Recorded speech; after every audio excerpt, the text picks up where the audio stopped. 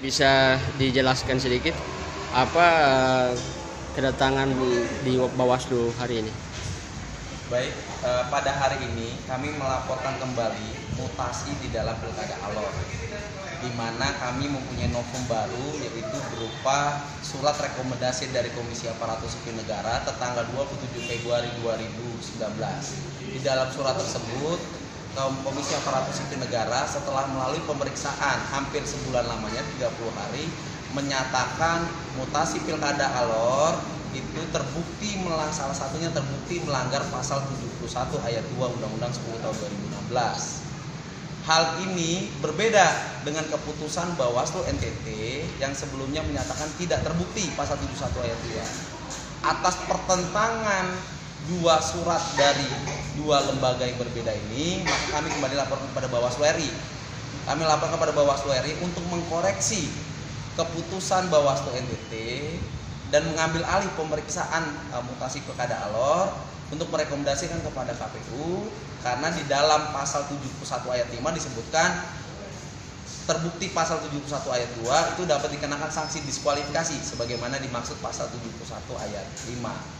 Atas hal novum baru ini, maka kami masukkan kepada Bawaslu RI, di mana poin di dalam rekomendasi Komisi Aparatur Sipil Negara tersebut di poin 1 menyatakan mutasi Pilkada Alor tertanggal 28 Juni 2018, mutasi tertanggal 24 Juli 2018 dan 21 Desember 2018 itu tidak ada izin Menteri Dalam Negeri. Padahal yang dimutasi tersebut adalah pejabat struktural atau pejabat administrasi administratur, yakni misalkan Endang Heriani Adang. Di situ dia sebagai kepala seksi sumber daya manusia pada Dinas Kesehatan, dimutasi dinonjokkan ke Sekretariat Korpi tanpa adanya izin dari Kementerian Dalam Negeri.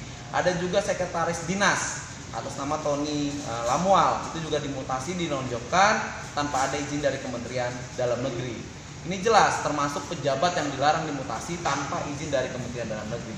Dan mutasi ini pun menurut Undang-Undang 10 tahun 2016, pasal penjelasan yang menyebutkan bahwa mutasi harus dilakukan terhadap mengisi kekosongan jabatan.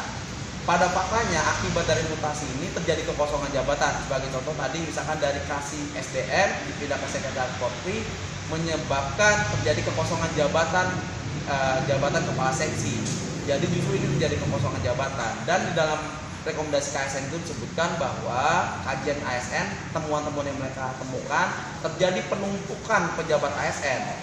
Terjadi penumpukan pejabat ASN, yang Muslim dia dipindah di gunung, yang Nasrani dipindah ke pantai, yang notabene tempat ibadah di sana juga susah.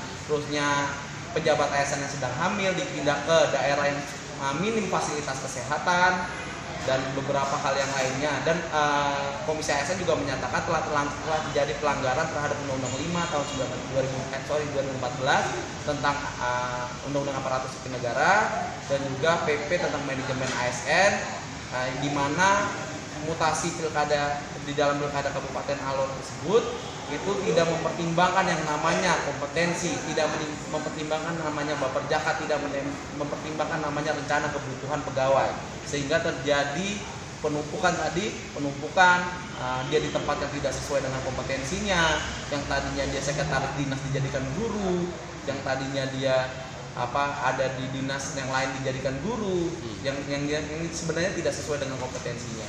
Makanya salah satu rekomendasinya, selain dia terbukti pasal 71 ayat 2 di dalam rekomendasi KSN itu, juga agar memperbaiki pola karir dan manajemen penataan PNS di Kabupaten Alor gitu. Dan tentu yang kami bawa ke Bawaslu hanya terkait pasal 71 ayat 2 junto pasal 71 ayat 5, di mana sanksi diskualifikasi terhadap terbukti pasal 71 ayat 2. 71 ayat 2 itu isinya adalah gubernur, wakil gubernur, bupati, wakil bupati, wali kota, wakil wali kota dilarang melakukan pergantian jabatan 6 bulan sebelum penetapan pasangan calon sampai dengan akhir masa jabatan, kecuali dengan izin tertulis dari persetujuan dari Menteri Dalam Negeri. Penjelasan pasal 71 ayat menyebutkan bahwa pergantian pejabat tersebut dilakukan dalam rangka mengisi kekosongan jabatan. Dengan rekomendasi KSN menyatakan terbukti pasal 71 ayat 2, kami berharap kepada Bawaslu Republik Indonesia merekomendasikan kepada KPU Republik Indonesia untuk merekomendasikan diskualifikasi terhadap pasangan calon petahana yang kemudian akan ditindaklanjuti dengan keputusan diskualifikasi sebagai pasangan calon terpilih untuk diteruskan kepada Kementerian Dalam Negeri. Karena bagaimanapun juga di Alor sampai saat ini belum terjadi pelantikan, akhir masa jabatan dari bupati belum berakhir, begitu. Komentar dari Bawaslu sendiri bagaimana dengan penjelasan Abang atau laporan yang sudah disampaikan? Ya, tadi pada prinsipnya kami bertemu dengan staf, petugas penerima laporan, pejabat yang diberikan kewenangan untuk menerima laporan kami. Kami hanya berkonsultasi seputar laporan yang kami masukkan. Kami belum bisa tahu juga pendapat atau sikap komisioner terhadap laporan kami. Ya, saya kira Bawaslu punya waktu 5 hari untuk mengkaji laporan kami sebelum mengeluarkan rekomendasi tersebut.